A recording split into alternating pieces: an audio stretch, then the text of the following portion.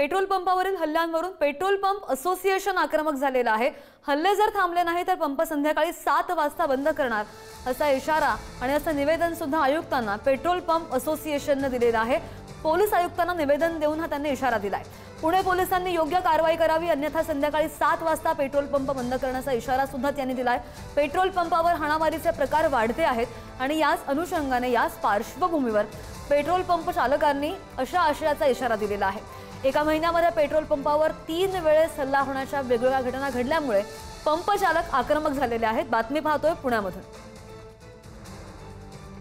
Petrol पंपावरती काम करणारे कर्मचारी यांनीही एक पत्र माननीय अमितेश कुमारजी यांना विनंतीच्या स्वरूपात दिलेले आहे का ही कधी याही कारवाईवरती रोकठोक केली नाही आणि जे गुंड प्रवृत्तीचे माणसं आहेत त्यांच्यावरती कधी काय त्यांच्यावरती आळा घातला नाही तर आम्ही पेट्रोल पंप फक्त संध्याकाळी 7 वाजेपर्यंत चालवणार आहोत। पण पेट्रोल पंप ही अत्यावश्यक वस्तू असल्यामुळे पेट्रोल पंप बंद करता येत नाही, पण आम्ही अवश्य 7 वाजता नंतर पेट्रोल पंपावर एकही बूंद पेट्रोल विकणार नाही आणि संध्याकाळी 7 वाजता सगळे पेट्रोल पंप बंद करू। आणि या संदर्भात आणखी बोलत आमचे प्रतिनिधी बालाजी आपल्या सोबत आहेत। बालाजी, आपण पाहतोय पुण्यामध्ये एकतर टोळी युद्ध असू दे किंवा कोयत्यांचे वार असू देत, या सगळ्यांनी पुणेकर आधीच त्रस्त असताना आता पेट्रोल पंपांवर हल्ले काय होतात, का होतात आणि त्यानंतर मग असोसिएशनचं काय म्हणणं आहे? पेट्रोल पंपावर जे आहे ते अनेक किरकोळ कारणावरून वाद होत आहेत आणि त्या वादातून जे आहे तो कर्मचाऱ्यावर हल्ला केला जातोय।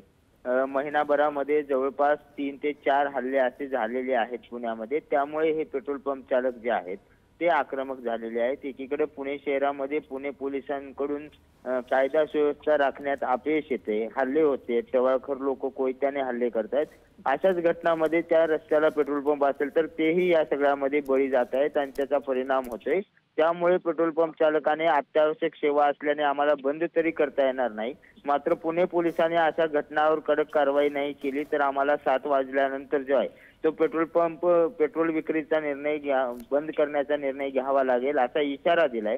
त्यामुळे आता पुणे पोलिसांकडून या सगळ्या घटना संदर्भात काही उपाययोजना होतात का ते पाहणं महत्त्वाचं आहे।